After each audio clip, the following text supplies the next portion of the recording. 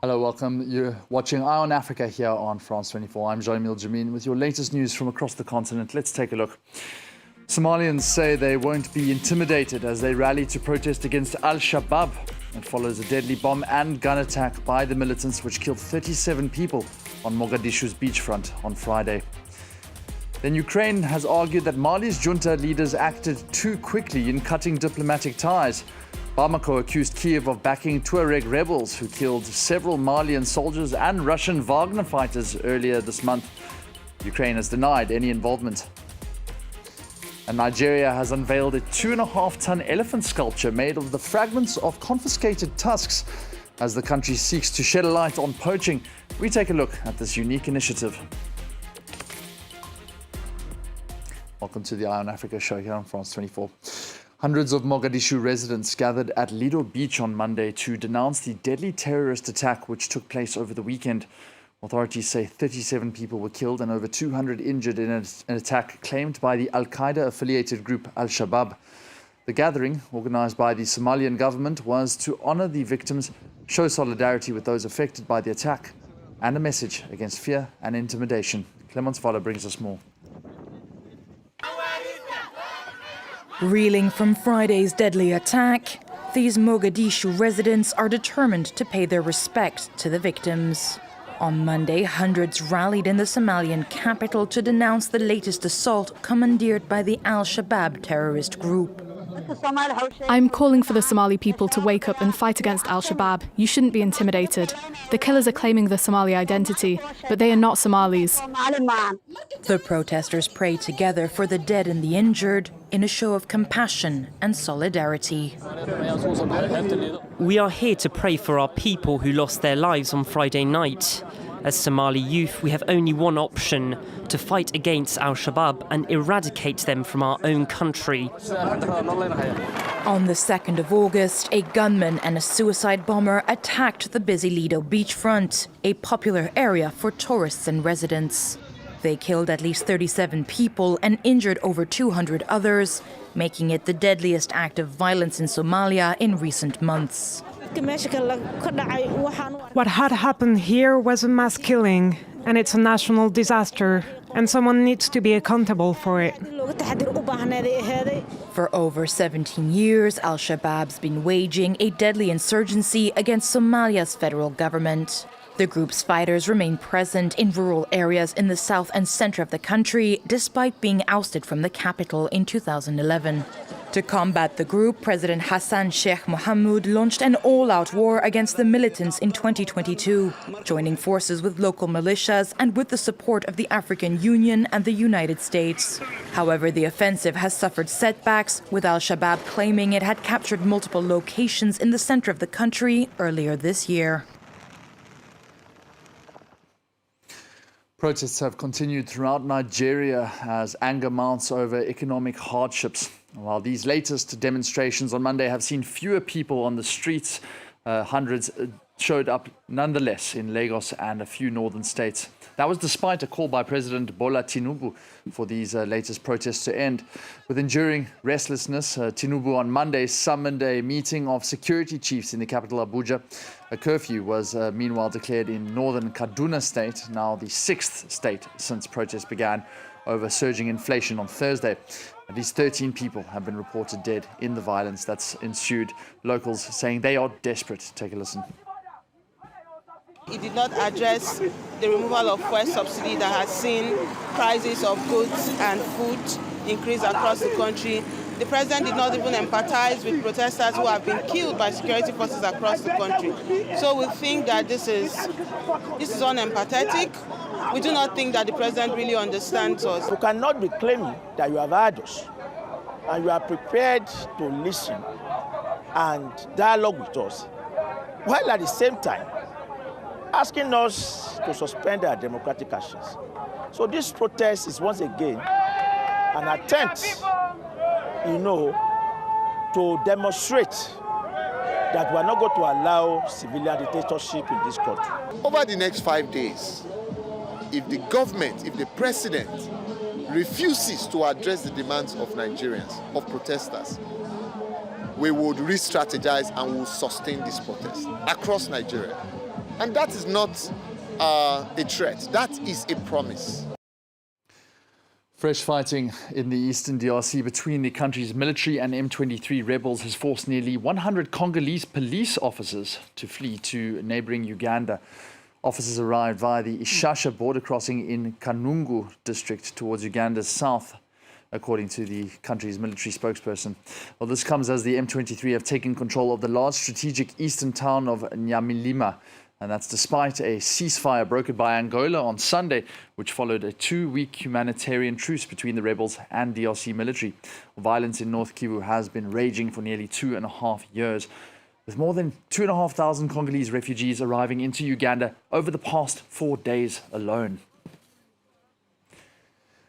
Kyiv has criticized Mali's move to break off diplomatic relations with Ukraine, calling it hasty and short-sighted. Mali has accused Kyiv of supplying intelligence to rebel troops who then reportedly used it to kill dozens of mercenaries from Russia's Wagner paramilitary group and Malian soldiers in a battle last month. Ukraine has denied any involvement. Emerald Maxwell has the story. A stone's throw from the Kremlin, dozens of Russians gather to pay their respects, laying flowers for Wagner fighters killed at the end of July in Tinzaouaten, thousands of kilometers away in northeast Mali. That battle is now at the heart of tensions between Mali and Ukraine. According to the junta, Kyiv played a decisive role. The transitional government of the Republic of Mali has learned, with deep astonishment, of the subversive remarks by which Mr. Andriy Yusov of the Ukrainian Military Intelligence Agency admitted the involvement of Ukraine in a cowardly, treacherous and barbaric attack by armed terrorist groups.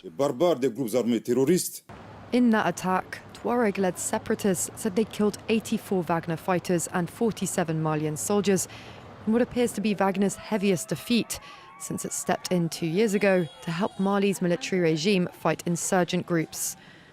Ukrainian state media last week quoted a spokesman for Ukraine's military intelligence unit as saying, "The rebels received all the necessary information they needed."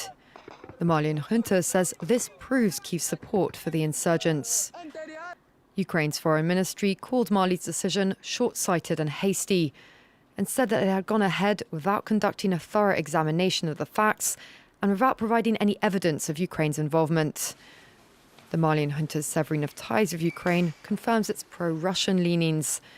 This week, Moscow also reaffirmed its support for the Malian regime, which cut defence ties with France in 2022.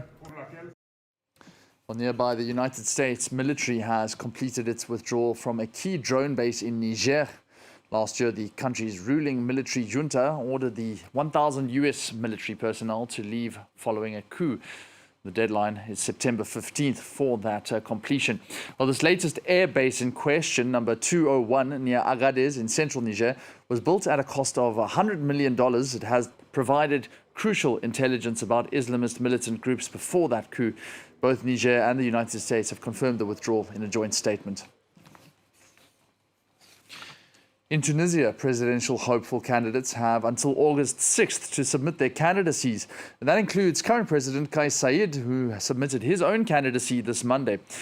More than 100 others have meanwhile requested the forms to collect sponsorship signatures, but few will manage to overcome administrative hurdles. The barriers are particularly hard for opposition figures who are in jail but hoping to be candidates. Civil society groups and political figures have condemned what they say is an anti-democratic electoral environment. Lilia Blaise and Hamdi Tlili report. In her living room in Tunis, Faiza Shebbi reflects on her husband's political career. That's when he was an MP. Issam Shebbi, Secretary General of the Al-Jumhuri Party and an opponent of President Kais Saied, has been in prison for more than a year. He's been arrested on charges of conspiracy against state security. He wanted to be a candidate in the upcoming October 6 presidential election, but neither his lawyer nor his party were able to get power of attorney to collect signatures on his behalf. We faced many difficulties from the start. Same for the party who chose him as their candidate. And so Issam threw in the towel and announced his retirement because it seems there's nothing left to do. It's in the state's hands to do whatever it wants. Other potential candidates face similar administrative obstacles, like Abir Musi, another jailed political opposition figure and the president of the Free Destruyan Party. Her lawyers still filed her incomplete application and said they will fight in court. We're going to the appeals court citing what we call le fait du prince, or act of government, a scenario covered under Tunisian law as a force majeure. This means it is impossible for a citizen to fulfill something, and if that's been caused by the state, we call that an act of government. According to activist groups and political parties, there's a tense and anti-democratic atmosphere looming over Tunisia. We are demanding equal treatment for all candidates. The repression of rights and people's liberties has to stop. If it doesn't, we can't talk about transparent and democratic elections. Despite accusations to the contrary, the Electoral Commission defended itself, saying it is objective and only acting according to its constitutional mandate. Nigeria has unveiled the Giwa statue for renewed hope, an elephant sculpture made from 6 tons of confiscated wildlife stockpiles, symbolizing the nation's fierce commitment to eradicating wildlife trafficking. The statue is designed to embody Nigeria's dedication to protecting endangered species and maintaining ecological balance as well. Clemence Voller has more. It's a monument to endangered animals and a warning against poaching. Nigeria's Environmental Bureau has unveiled a 2-meter elephant sculpture composed of 6 tons of crushed pangolin scales and elephant tusks. They were confiscated from smugglers over the past few years as part of the agency's increased efforts to crack down on the criminal enterprise. So we are using it to further encourage the process of enforcement and the collaboration, to symbolize the importance of collaboration in the fight against wildlife endangered species, but also to call the attention of our locals, our people, that we need to coexist with these species. Over the past 30 years, Nigeria lost 75% of its elephant population, with fewer than 400 remaining. The decline is attributed to human-elephant conflict, loss of habitat, and poaching. Despite Nigeria being a signatory to the Convention on International Trade in Endangered Species of Wild Fauna and Flora, the country has emerged as an important transit hub for illegal wildlife parts to Asia. The first half of 2019 witnessed 3 of the largest ivory seizures ever made, together totaling over 25 tons, including almost 7.5 tons of tusks seized in China after being exported from Nigeria. Each year, at least 20,000 African elephants are illegally killed for their tusks, despite an ivory trade ban. Since the late 1970s, the number of elephants roaming the continent went from 1.3 million to around 450,000 today. Kenya's Beatrice Chebet has won gold in the women's Olympic 5,000 meters, finishing in 14 minutes and 28 seconds. Initially, it was a Kenyan 1-2 double because Faith Kipyegon claimed silver at the time, but she is said to have crossed the line, swiftly disqualified for a shove in the closing laps, and that meant that silver, in effect, went to Dutch woman Sifan Hassan.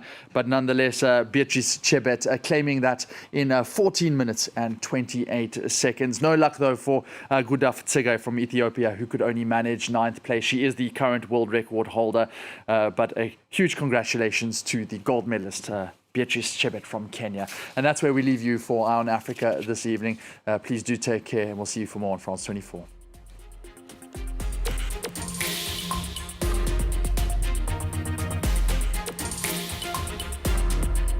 Trust is our most precious asset. Every day, around the world, France 24, RFI and Monte Carlo Doualier join forces to bring you free, independent, verified, balanced information that fights manipulation, and in 21 languages.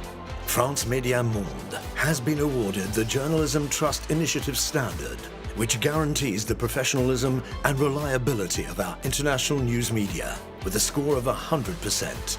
Trust is not automatic. It must be earned and cultivated. Thank you for your trust. Liberté, égalité, actualité.